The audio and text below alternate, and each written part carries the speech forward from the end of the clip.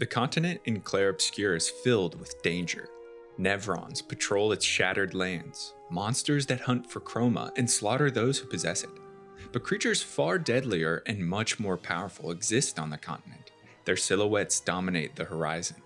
They are called Axons, and to those in Lumiere they present a mystery, a myth that many expeditions tried in vain to comprehend. Who created them? What's their purpose, and how is it linked to the success or failure of Expedition 33? They made it surprisingly far. An axon. Interesting. Axons are first mentioned after an attempt to reach the paintress's heart in the ruins of Old Lumiere was thwarted by Renoir.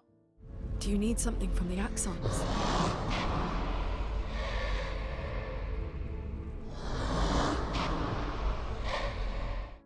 The Axons offer an alternative route to the paintress through the barrier of chroma that guards her monolith. But the Axons' story begins many decades ago, perhaps even before the fracture, the monolith, and the cycle of gommage, and in another dimension of existence. The Desanges, Renoir, Aline, Clea, and Alicia, are a family racked by grief over the death of their son Verso. They're also members of a unique group called the Painters.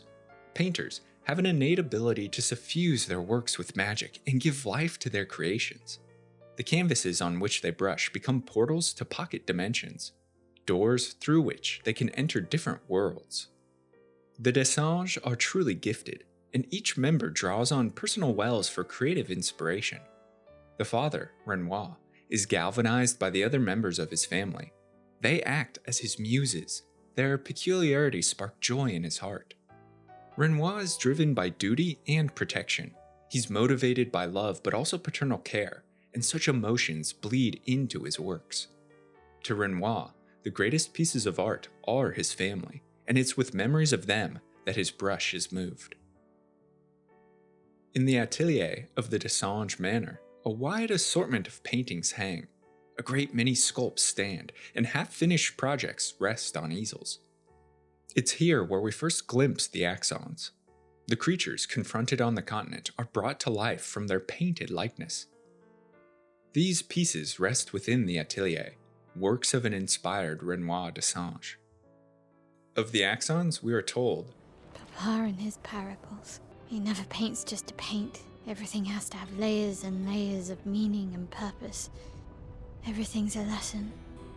Meaning runs deep within these creations, multiple layers brushed by Renoir, filled with both lessons and hopes.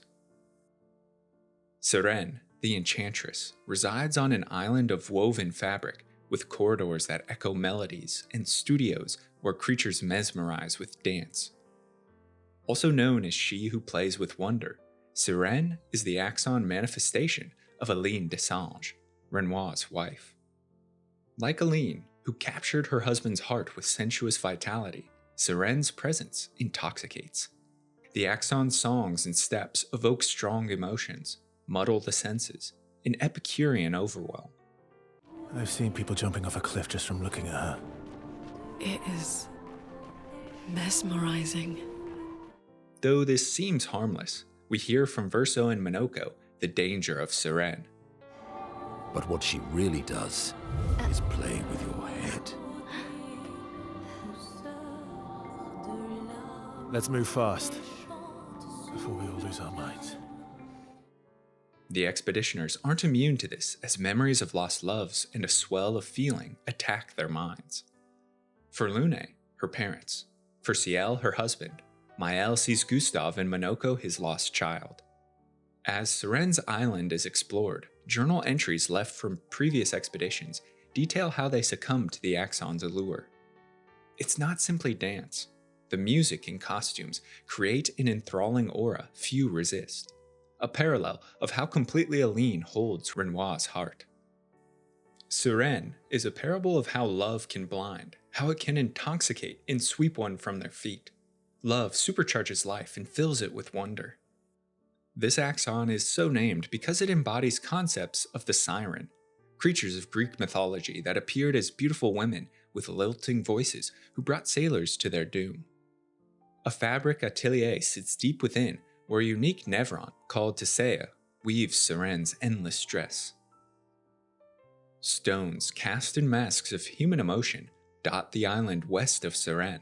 This is the domain of Visage, Verso's embodiment. Verso loved music, much like his mother Aline, and as a child demonstrated proficiency in piano. But as the son of two powerful, influential painters, Verso's fate was predestined, and he could do little but follow his parents' path. He smothered his own ambition in favor of theirs, learning to paint though he craved the weight of keys and strings.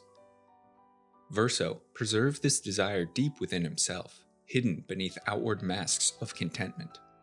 Titled He Who Guards Truth with Lies, Visage is symbolic of Verso's dual nature and false exterior. As with Seren, this axon exudes an aura that twists emotion. 3 chambers, each associated with an emotive mask, segregate the island.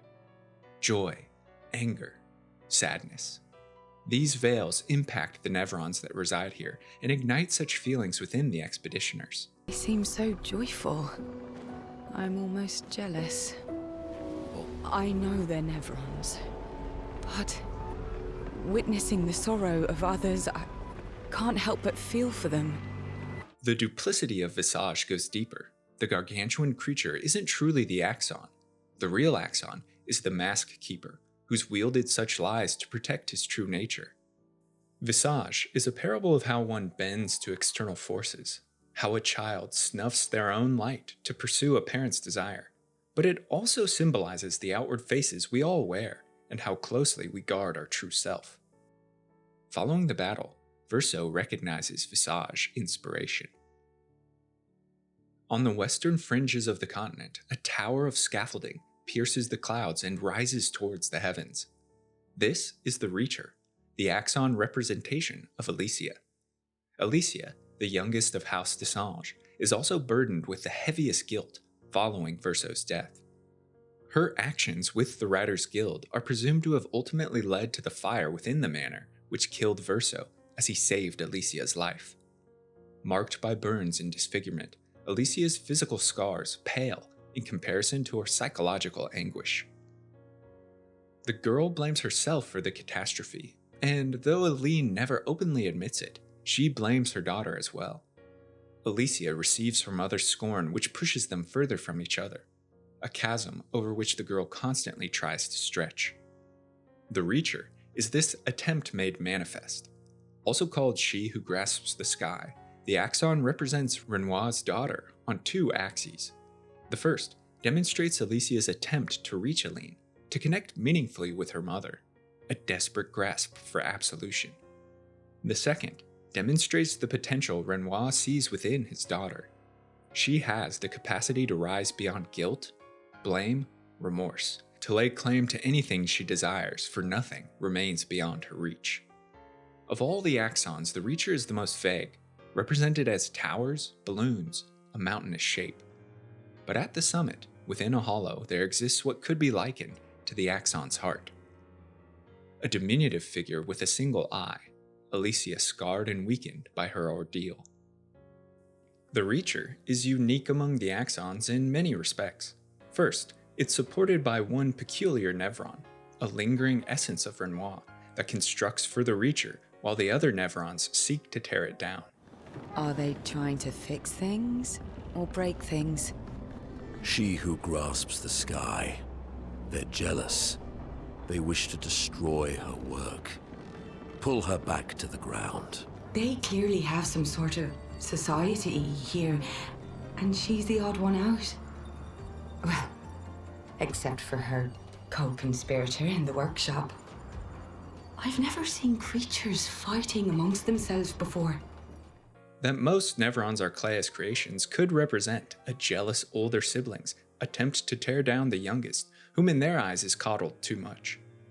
Second, the Reacher is the only Axon that survives the story of Clair Obscur. Following the battle at the summit between Alicia and her painted counterpart, the Reacher is liberated and allowed to pursue its dreams.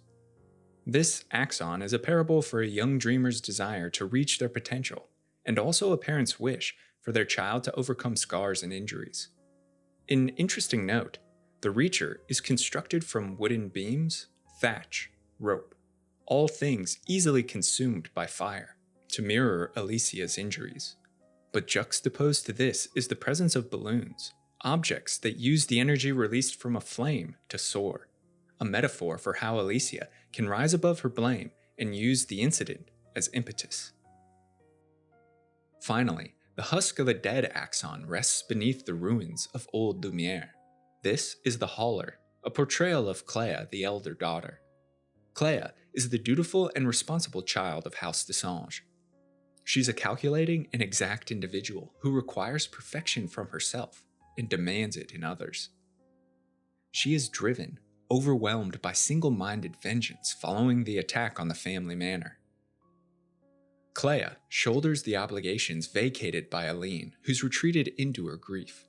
It's assumed she holds strong standing within the Painters Guild, and she works furiously to track down those responsible for Verso's death. She takes sole ownership of the Desange public response, shoulders the burden of the family, the painters, and perhaps even more. Clair carries the weight of everyone around her, a sentiment mirrored in the Hauler. This Axon, though long dead, the circumstances of which we'll discuss soon, can be seen from a great distance with an entire city supported on its back. This Axon's parable is that of the eldest child who must suffer the greatest obligations placed on them by parents, and also claim responsibility for their younger siblings. The Hauler has no other name, but perhaps a fitting title would be She Who Shoulders the World. In Renoir's eyes, Clair is a bastion of inner strength, a symbol looked up to by many, but slowly sinking from the crushing burden.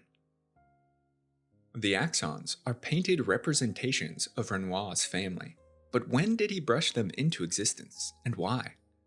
As Aline escaped further into Verso's childhood canvas, as she denied reality in favor of fantasy, Renoir felt his wife slipping away. Spending such lengths of time within the canvas took its toll on Aline's health. Her body withered and her mind cracked, and Renoir could bear it no longer. He had to retrieve Aline from the canvas before death took her. But Aline was unwilling to listen to reason. Renoir tried to destroy the canvas while Aline struggled to preserve it. Their argument resulted in a gathering of immense power, a battle between painters that led to the fracture. Though caused by this inciting incident, the fracture is a period, a span of time which saw the shattering of the continent, the death of thousands of inhabitants, the arrival of the Nevrons, and ultimately the cycle of the Gommage. It's during this irreparable duel between two gods of the canvas that the Axons rise from the earth. The monolith, a stone slab that dominates the continent's landscape, was erected by the paintress Aline in the midst of the fracture to detain her husband and prevent him from destroying Verso's world. As the master of the canvas, Aline controls much of the chroma, or energy, within it. This, paired with her natural skill beyond Renoir's own, allowed her to trap him beneath the monolith. Imprisoned, but not defeated, Renoir sought to bring his maddened wife to her senses, to remind her of her real family and the real life she's fled. To this end, he drew inspiration from the works of art already on display in his atelier that depict his family. From these images, his mind gave shape to the Axons. Renoir's drafts, an area accessible only after the paintress is defeated and Esquier has found his diving rock, lies submerged and offers insight into the Axons. We're told that this is the foundation of the monolith, Renoir's prison for 67 years. We're below the monolith, where he was sealed. Oh. A bright network branches out from the ceiling in all directions, like roots to support the monolith above. As the name of this area suggests, Renoir spent his internment creating. Ideas flowed from his mind and were brushed into existence using what chroma he could access. Many of these were rough ideas, plans fleeting and often scuppered, but it's here at this time that Renoir sketches his most powerful creations. While exploring the region, we see the masks of visage chiseled into the rock, the scaffolding and balloons that symbolize the Reacher, and a nearly complete replica of Seren. This supports the theory that Renoir created the Axons while locked in his prison. It's interesting to note that other than a few buildings, there isn't anything present in the drafts to symbolize the Hauler, Clair's Axon. Given form, what exactly is their purpose? It seems plausible that Renoir created the Axons to shock Aline to her senses. He poured his soul into his work. The creatures radiate with imbued emotion, the strong feelings a father and husband has of his family. We've seen how the Axons impact such thoughts and feelings. Perhaps they are sentiments Renoir wished to stir in Aline. He hoped that simply gazing upon them and being in their presence would pull Aline from her melancholy and persuade her to leave. What further ties Renoir to the Axons is the presence of the Fading Man near each Axon's chamber. The Fading Man is a vestige of Renoir's own soul and memories, indicative of the effort he's put into their creation. The Fading Man tells us of a father's purpose, his mistakes, and his hopes. The Axons failed in their mission, however, and Renoir would have remained trapped if not for Claire's intervention. Aline is more skilled than Renoir, but I've tipped the scales in his favor. I can't take her chroma, but I can keep it from returning to her. Claire cares little for Verso's canvas world and sees her parents' feud as a costly distraction from the threat posed by the riders in the real world. It's made clear in the lore that she resents creations that bear her likeness, going so far as to paint over Aline's fictional version of Claire and break her mind. She visits the canvas to tip the balance of stalemate into Renoir's favor. Claire approaches legendary Expedition Zero, the first expedition formed in the wake of the fracture and led by the painted members of House Desange. Claire convinced them to confront an Axon and used her paintress skill to greatly empower a member of Expedition Zero. Simon painted Claire's love. She directed Simon towards the Hauler in Old Lumiere, and he single-handedly destroyed it. The remains of their epic battle and his sword's magic still scar the surface of the abandoned city. This was certainly a move of spite. Claire deliberately guided them towards the Hauler Axon as it's symbolic of her, something she regards with disdain. The Hauler's death liberated enough chroma energy for Simon to enter the monolith, but he and Expedition Zero were fooled. That paintress, she fooled me. She looked so much like you, and I believed her story. She granted me the power to fell the Axons and enter the monolith. But then I met Aline, who showed me that I could save you. With her help, I descended to the bottom of the monolith, where Aline had sealed him away. The one who brings the Gamache. Claire manipulated them into defeating Aline, but the truth the paintress revealed turned Simon against Renoir instead. The expedition's press through the barrier also opened a window for Renoir's escape, or at least a fragment of his essence. This shade became known as the Curator, and the later story reveals it and Renoir are one and the same. The weakening of the monolith allowed the cycle of Gamache to begin again and the Curator to influence the continent. And it's perhaps here where Renoir learns of the importance in harvesting the remaining Axon hearts to ultimately confront Aline. It's a plan fraught with danger that takes many decades to manifest and requires latent painter power hidden within Mael. Axons are unrivaled, a danger to all that confront them. Many are the expeditions that failed in assaulting one, and Verso even tells us this. They're massive creatures living on islands around the monolith. They're much stronger and much more dangerous than Nevrons. I can't die, and I still couldn't take them down. But they are the key to unlocking the monolith and defeating the paintress. The Axons are critical to Expedition 33 because of what's held within them. As creatures born from a painter's raw passion, the Axons have hearts made of pure chroma. Overwhelming energy that could be used to the expeditioner's advantage. The paintress and her monolith lie behind an impenetrable chroma barrier that instantly gamages those who come near. The Curator, however, has the power to shape the Axon hearts into a weapon with enough energy to break it. In this, Renoir the Curator is merely recycling the chroma of beings he himself created, which alongside his nature as a painter is why he's the only one who can forge such a weapon.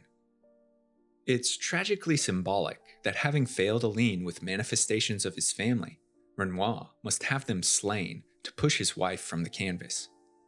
But even with the Axons' destruction, we see Renoir's command of Chroma, reanimating them from beyond death to challenge Expedition 33 in his final boss fight. This demonstrates a strong contrast between Renoir and Aline. While his wife seeks to escape their family's presence, the pain is too raw to confront. Renoir is empowered by them. He relies on his family and their memories for strength. One final mystery surrounds the Paintress, or rather the massive figure she commands, that brushes onto the monolith the numbers that signify Gamage. Not much is known of this creature other than it's of Aline's creation. It could be an Axon-like being, a piece of art Aline imbued with her feeling and her power. It could be that this Paintress marionette is an image of Aline, at least how she views herself. Its hair, its form, and its profound despair are all found within Aline. But so too are they found in Alicia. Could it be that this creature is a mother's attempt to bridge the gap that has separated her from her daughter? Only time will tell. Thanks so much for watching and listening to this video on the lore of the Axons in Clair Obscur Expedition 33. Let me know your thoughts on Renoir, which Axon most interests you, as well as topics from the game you'd like to learn more about in detail in the comments below. And if you're a fan of lore and storytelling, be sure to subscribe to the channel where content is uploaded frequently. I want to take a moment to thank all my patrons over on Patreon. Your support means the world to me and helps the channel improve. If you'd like to become a lore luminary for access to me, a great community, written scripts, and early video drops, head to patreon.com/thelorebrarians to learn more. Until next time, go forth and explore the lore.